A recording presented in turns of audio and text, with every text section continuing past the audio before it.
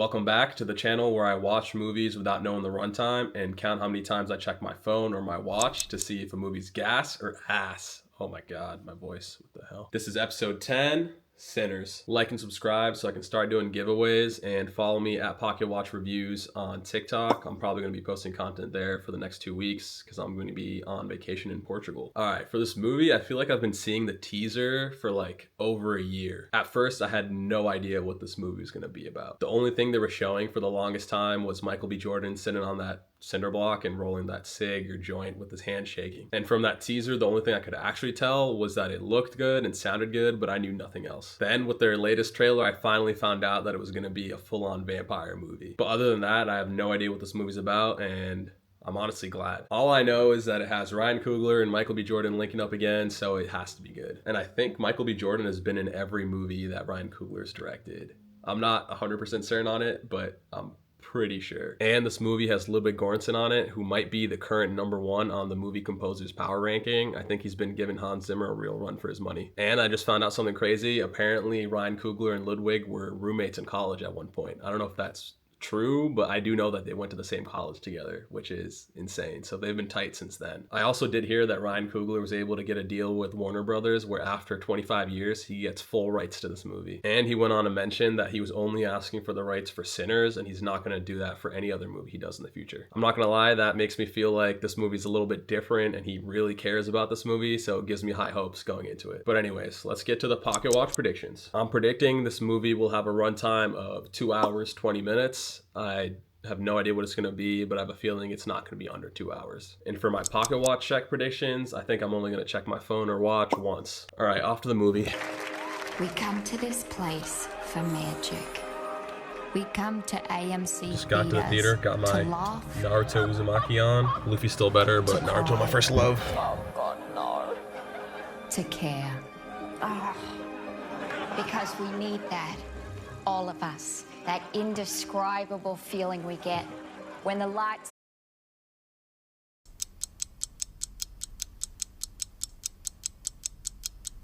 All right, we're back, and this was way more than a vampire movie. Ryan Coogler's got the sauce.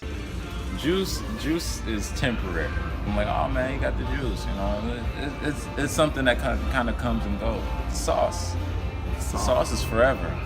You have to go see this right now if you haven't seen it yet or don't have plans to see it yet. Just go. I'm going to be talking about spoilers for the whole rest of this video, so this is your warning. All right, let's do the Pocket Watch breakdown. I predicted this movie would be 2 hours 20 minutes, and it ended up being 2 hours 17.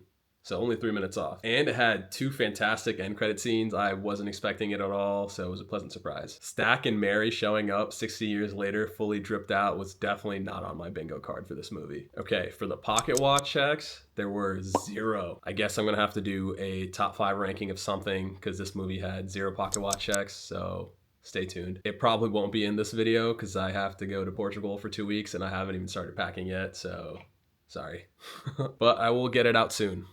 Soon is subjective, but soon. But yeah, Sinners had 0 Pocket Watch checks and gives me hope that movies are finally back. It's so refreshing to see a movie that isn't a DC, Marvel, or a Tom Cruise movie do really well in theaters, and I'm amped that people are going out to see this and are loving it. You could maybe make a case that the hype is too high or the glaze is too much for this movie, and that maybe in 5 years we're gonna look and say that it's not as good as we thought it was. But for me personally, I don't care. Like, is this a perfect movie? If you nitpick everything, no. But in terms of what I felt while watching this movie, it was perfect. And lately, movies haven't been able to do that. So this was so refreshing. The feelings this movie brought out in me really makes it feel like a perfect movie. And in this day and age, that's all that should matter. It does everything right and checks all the boxes, especially in terms of giving the audience a great time. And on top of that, everything that it does is deliberate, and it's a very thought-provoking movie. And I saw a review of someone saying that when you make a movie, sometimes you have to sacrifice one aspect of it to focus on another. You might let the acting performances slack a little bit to focus more on the cinematography, or sacrifice the plot to focus on the action, but somehow this movie manages to do all of that on the highest level. The world felt lived in and fleshed out from end to end. And throughout Sinners, Ryan Coogler was able to make social critiques and commentary without being too heavy-handed. I think with a less talented or less experienced director, this movie wouldn't have been nearly as successful. We need to let creatives like Ryan Coogler have free reign to work on the projects that they're the most passionate about, especially if it'll give us movies like this. Sinners is the epitome of people actually giving a shit about what they make. It's like they say, if you make something and give it your all, it's going to pay off no matter what you're doing, and this movie just proves that. I saw an interview with Ryan Coogler, and he was talking about how he made this movie and why this movie meant so much to him in particular. I think he said he's been working on the script for a while, and he just got to the point where he felt like it had to be brought out into the world. And Coogler, I think as many people know, is notorious for working with his friends and the people he started in the industry with, and this movie's no different. And it makes sense. Why fix something that isn't broken? The more you work with the same people, it's only going to get better and better. And you eventually get to know the ins and outs of everyone and what brings out the best performance in them. But in this interview, he was saying as time goes on, it gets harder and harder to get everyone back together again. I think life just hits everyone and people are growing for the better, so you naturally end up having people focusing on their own family or their individual careers. And Michael B. Jordan is now one of the best actors in Hollywood, and he's directing his own movies, so obviously there's only so much time that he has. But quick sidebar, I did check, and apparently Michael B. Jordan has been in every single Ryan Coogler movie, so who knows what's going to happen in the future. And I'm sure Ludwig is hard to get a hold of these days, especially because he's so busy working with Nolan. He collabed with him on Oppenheimer and is now working on the Odyssey with him, so I think Ryan Coogler had to strike what he could. And Ryan in this interview talked about how he felt like he was running out of time to get the whole band back together. As everyone gets more experience and more talented in their field, it's harder to make sure that everyone can meet at the same time. So this felt like one last hurrah. It's bittersweet and something applicable to pretty much everyone in terms of the process of moving on to the next stages of life. Life moves pretty fast. You don't stop and look around once in a while, you could miss it. I respect him for putting it together and making the most of the time that everyone's free, because it's definitely no easy feat. On a happier note, Ryan Coogler did mention using film for this movie and how it brought out the best performance possible in every actor. He said when you shoot digital, it doesn't really feel real, and when the film starts rolling, you know everyone's locked in and giving it their all. Any slander that Michael B. Jordan was getting has to be erased. This is an all-time performance. I think this is easily his best performance. Maybe it's a little unfair because he got to play two different personalities in the same movie, but both Smoke and Stack were nuanced in their own ways, and Michael B. Jordan was able to handle that flawlessly. It really felt like two different people. Movies with actors playing two different people are usually hit or miss for me, but this was a big time hit. Sammy was also amazing in this. It felt like he came out of nowhere. I think this is Miles Canton's first movie ever, which is kind of crazy because he killed it, and he's a true musician. I think he was on tour with her earlier this year or last year.